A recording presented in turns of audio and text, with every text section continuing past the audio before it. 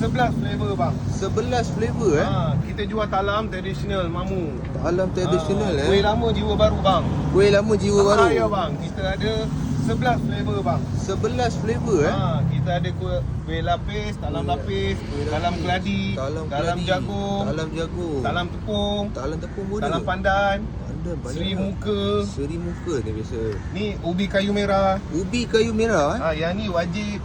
Wajib. Wajib Yang ni dulu. golek kacang orang lama-lama je makan. Orang lama Dengan bingka.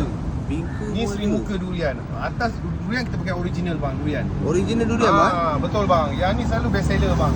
Okey, kalau macam ni berapa ringgit bang? Bang, yang kalau kita yang ni semua ni Alright. RM3-5 bang. RM3-5. Yang dua ni bang, Alright. RM3-6. RM3-6. Durian je RM7 bang. Oh, durian saya Seri RM7. muka durian.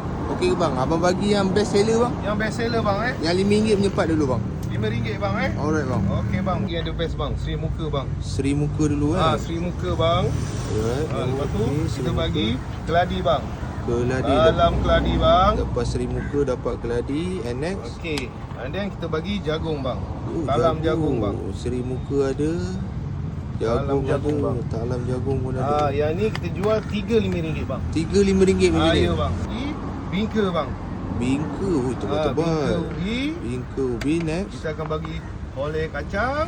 Oleh kacang. Oleh kacang bang. Alright. Dan akhir sekali kita akan bagi seri muka durian bang. Oh, ni first saya nak try ni bang. Seri muka durian bang. First time saya nak try ni. Dia dekat Trip Permaisuri di Right. hadapan KK Mart sebaris dengan JPJ. Oh, sebaring dengan TPJ. Sebaris dengan JPJ bang. Daripada pukul berapa mamu Pukul buka? 8 sampai habis bang. 8 sampai habis, Isnin saja kita cuti bang. Isnin saya cuti. Ya bang. Okey mamu, terima kasih mamu Sama-sama bang.